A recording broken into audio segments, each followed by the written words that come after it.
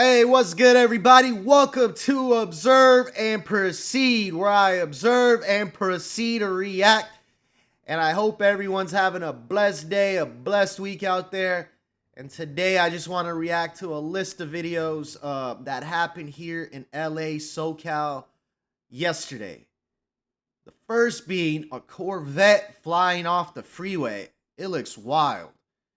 And then we're going to go through an LA police pursuit. Happens all the time, I know. And then another warehouse fire. They've been happening everywhere. It's getting weird. And lastly, a large block of ice just flew through someone's roof. That's scary. Anyway, we're going to get right into it. But first, I want to thank everyone that's been liking, that's been subbing. I highly appreciate you. If you could do that right now, I'll appreciate you too. If not, it's all good. Anyway, let's get right into it. This Corvette flew off the 60 freeway straight into a Maserati dealership of all things. Yeah, let's see what happened. A dramatic crash overnight in the city of Industry. A Corvette flew off the 60 freeway and ended up slamming into a car dealership. KTLA's Aaron Myers is live on scene with those details. Aaron, good morning. Good morning to you both. We are told by the CHP that the driver of this Corvette and a passenger in the vehicle were okay, which is somewhat surprising when you see what happened. But I'll step out of the way. You can see the damage here to the Maserati dealership of Puente Hills. Now, we do want to let you know we got right into the showroom. Is this like a sign that he needed to trade in the Corvette for the Mozzie?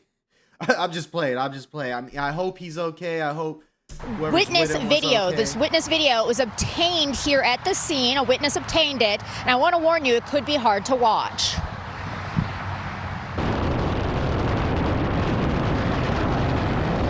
Dang. Airborne and flipped several times before hitting the dealership. Video from earlier this morning also shows how much damage the blue Corvette sustained during the crash. Authorities have not said what may have caused the driver to lose control. I already know what happened. So these cars, their power steering is so like rapid, like you can't hit the brake like the gas, like he just did right there, and then go ooh like all like quick. You can't steer the wheel that quick. You will lose control. That's what happens in a lot of these sports cars, like Lambos, Corvettes, all these fast cars. Once you do that, you will lose control. A lot of people lose their lives that way. So it's like, are these cars really worth it? Like, I don't know. To me personally, I don't like them. I don't like these little sports cars. I rather have a big car where I can steer it good. But yeah, when you're going fast and you hit that, you turn the wheel real quick, you will lose control. And, it's a good thing that he didn't crash into anyone on the freeway. And he didn't lose his life. The passenger didn't lose their life. I'm pretty sure they're okay, as they said in the video. And, you can't be driving these cars this reckless. It's dangerous. It's a dangerous car. But the witness tells us that he was sideswiped by the Corvette while driving on the 60, saying the driver of the Corvette appeared to be going very fast when they lost control and hit his BMW. The witness didn't want to be identified, but spoke to us about what happened.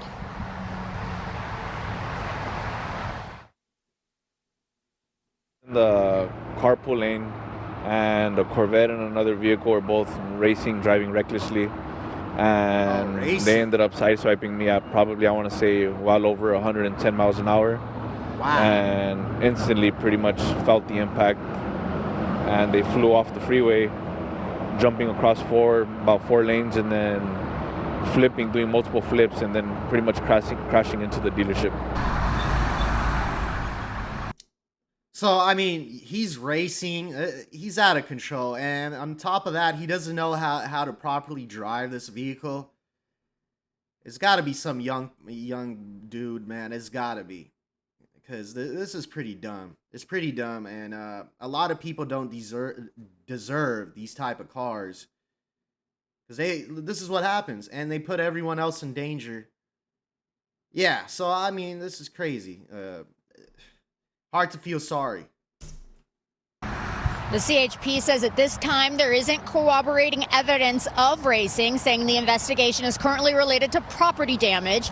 They did tell us they got the call around 1:45 this morning for a vehicle that came off the 60 West. This is near. They were racing 110 miles per hour, bro. Like, he was trying to show out with his car, like probably had a girl with him because they said he had a passenger.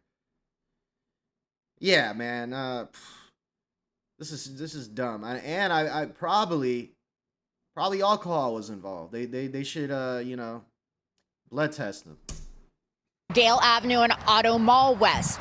Along with damage to the dealership, the CHP log shows fencing was knocked down and a light pole was also broken. And we are told building and safety has been requested to come check out the dealership. Now back here live once again, the driver and passenger in that Corvette, according to the CHP, are okay. And as of this morning, we are told no arrests have been made. Reporting live here in the City of Industry, I'm Erin Myers. At least no one got hurt, even the driver and the passenger. But it just goes to show you, if you have a Corvette, don't be driving it recklessly, especially if you don't know how to drive it properly and you know you can't be doing like these rapid steering moves when you're going fast. Like, that's crazy. He's lucky, very lucky to keep his life. Let's see what some comments are saying. My dude really wanted to trade in his Corvette. Yeah. I don't think he's ready for the Mozzie either. Oh, this one is historical. After it gets passed on every television network, it will circle the globe 7 times. What? Okay. He flew off before the Azusa Ave exit, which leads to Puente Hills Mall, where Back to the Future was shot. It's a good area. Okay, anyway, let's go to the police pursuit over here. I would have made a video about the fool chase, but there was a lot of like dull moments. Like they kept zooming out, just showing the city and whatnot. It was kind of boring. So this one just packed it all in to this one video. Let's check it out. Ooh, close call there. Cutting off somebody, and now LAPD in pursuit of that vehicle as he made a last-minute move off of the freeway. And there's accident. Cross traffic through the red light. 2 vehicles, one from the left, one from the right, slamming into that vehicle, and now the pursuit continues. And look, his dumb ass went right back on the freeway. Like, why did you exit the freeway to get in an accident, which could have been way worse? Could have been way worse. Just to get right back on the same freeway. We have a bike cop right here waiting for you, bro. Like, what? These people, Southbound on the 101 freeway. A wild pursuit from the San Fernando Valley to South LA. Chris Christie right overhead, calling it all. You saw he got kind of sandwiched in there with cross traffic on his left and right. Getting back on the 101 now, things have been amped up dramatically. It all began a half hour earlier with officers following burglary suspects in a black BMW, which then took off. That pursuit traveling south on the 101 freeway with lots of dangerous maneuvers and heavy traffic. So he switched cars. The Beamer getting off at Vermont, and that's where a sudden car switch took place. Wow. Moments later, the LAPD airship alert. A car switch? More like GTA, man. Like, get out your car, give me your car, or I don't know, but that's a GTA. It wasn't just a car switch. Ground units to follow this brown sedan. There have been several suspects in this caper that switched cars and jumped into this car here. This is now the vehicle in question. The fleeing driver then getting back on the 101 and then transitioning to the 110 south as more police units move in. And there are a lot more units about to join this pursuit. Look at all of them coming down the left side of your screen. A short time later, that speeding sedan getting off at Gage Avenue and heading under the 110 freeway, racing into a local neighborhood. That's where all the occupants jumped out of the car on 62nd Street just off. It was a bunch of them. Bunch of usual suspects. San Pedro, all of them running in different directions through residential backyards. LAPD quickly setting up a perimeter and eventually taking several people into custody. See, what I get from that is, okay, so they got them all. What I get from that is a bunch of usual suspects went to the valley to steal cars. That's what happened. No comments here yet. Yeah, but that is definitely what happened. Anyway, let's go to the next video over here.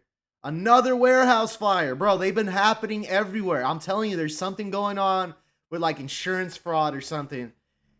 Because they've been happening too often right now. Let's see.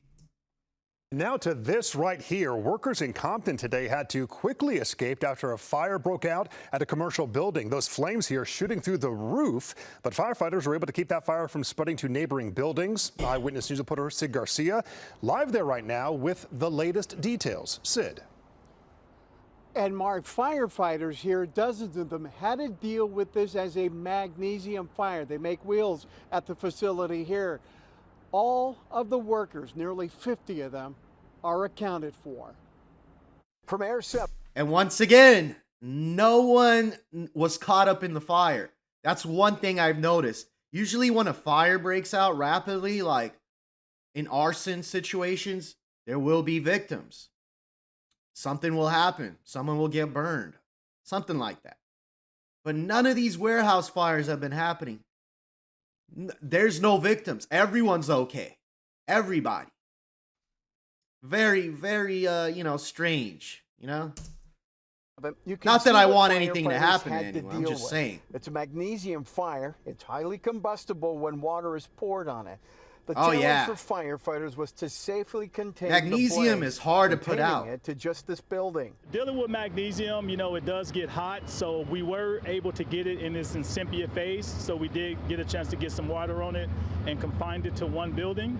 So right now we're just getting all our hot spots out and we should be good to go. The fire broke out just before 11 this morning in this industrial area of Compton, along the 2400 block of Alameda Street. Of course. According to one of the employees, there were 47 workers inside the building at the time. All of them have been accounted for. They make wheels with the magnesium. One of those employees, according to co-workers, was taken to the hospital to be checked out. It's magnesium, so when you spark magnesium, I guess one of the sanders must have sparked some dust, and it's real fast. The one guy couldn't get out. They Sparked got it. all full of soot and black smoke, so he inhaled a lot of it, so they took him in an ambulance already. So there's only one person, but they took off pretty quickly. All right, so there is one guy that inhaled too much smoke, but bro, this is insurance fraud. I'm telling you right now, straight up. Compton Fire took the lead in getting the upper hand here. Long Beach, LA County, Santa Fe Springs, and Downey Fire helped out. A total of 80 firefighters got this one under control.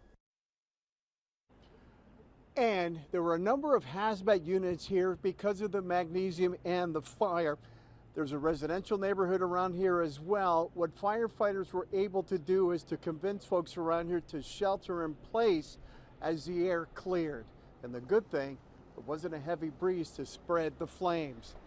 Reporting live in Compton, I'm Sid Garcia. Live in Compton. ABC 7. Anyway, man, these warehouse fires, bro, they're going to keep happening.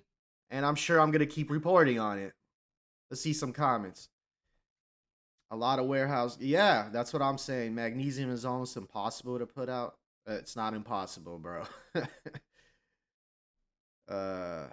These recent events are planned. See, people are onto it too. Very onto it.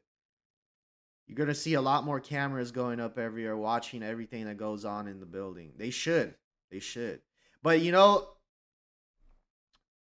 the owners are definitely part of this, bro. It's an inside job, bro.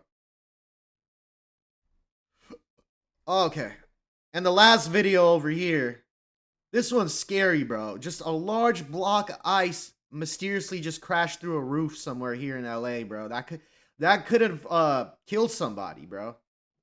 And a lot of stuff has been falling out the sky lately, like meteors and whatnot. A lot of stuff has been falling out the sky, bro. It's getting wild, bro. It's wild times. Let's see what this is about all. New at 6, scary moments in Whittier where a huge chunk of ice fell through the ceiling of a home, but where did it come from? One LA County supervisor is calling on the Federal Aviation Administration to investigate after flight data revealed a plane was passing through the area at the very same time. Our Marco Robles is here with new details on this bizarre story, Mark. Yeah, Liz and David, this was not a small piece of ice. It was a big block that caused, honestly, a lot of damage. And now LA County Supervisor Janice Hahn is calling for the FAA to investigate. Her office releasing these photos this afternoon. You can see the big block of ice and the major hole left in the roof of the Whittier home. In fact, there were several pieces. The incident happened Friday. Luckily, no one hurt as the block of ice landed on the... You know, if that happened to me, bro, I'll be so paranoid. I'll just always be looking up, like, what, something could come hit me. Like that is insane. Couch. The man renting the space was napping in another room. We went to the home today. You can see now that the gaping hole has been patched up. The owner of the home, who also lives on property, says that she submitted a formal complaint to the FAA, and she's now saving the ice in a freezer bag for the investigation.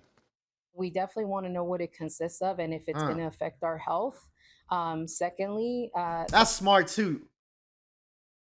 You don't know, like, what comes out the sky could be radiated, could have chemicals on it. Like, don't touch it. Don't touch it. I see a lot of TikTok videos, you know, people, they be straight up picking stuff up. Oh, this flew off the sky. Like, look at this alien stuff, you know what I mean? And they're touching it, and I'm like, what are you doing? Like, bro, come on. Common sense. That, you know, we understand if it is, you know, an airplane or something of the fact that we understand why it happens. Because even right now, as we're speaking, there's a plane flying over us, and, you know, it's scary.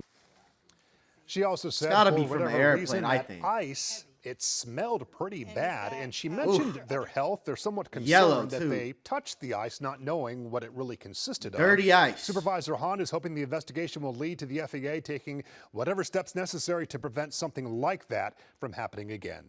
Live in studio, Mark Cotorobles, ABC. Yeah, that's just wild to me, bro. That's like some Donnie Darko. Like, you know, you see the movie, but that was like airplane parts. This is just a block of ice. Like, wow, like that's so random, right? A block of ice, and it, of course, it could have killed somebody. She's just ready to sue. Yeah, she doesn't know who to sue because she doesn't know where it came from. She thinks it came from an airplane, but, you know, Boeing and them, they're gonna deny that. You can't prove that. Don't eat yellow ice or touch it. Why would they eat it? What the hell?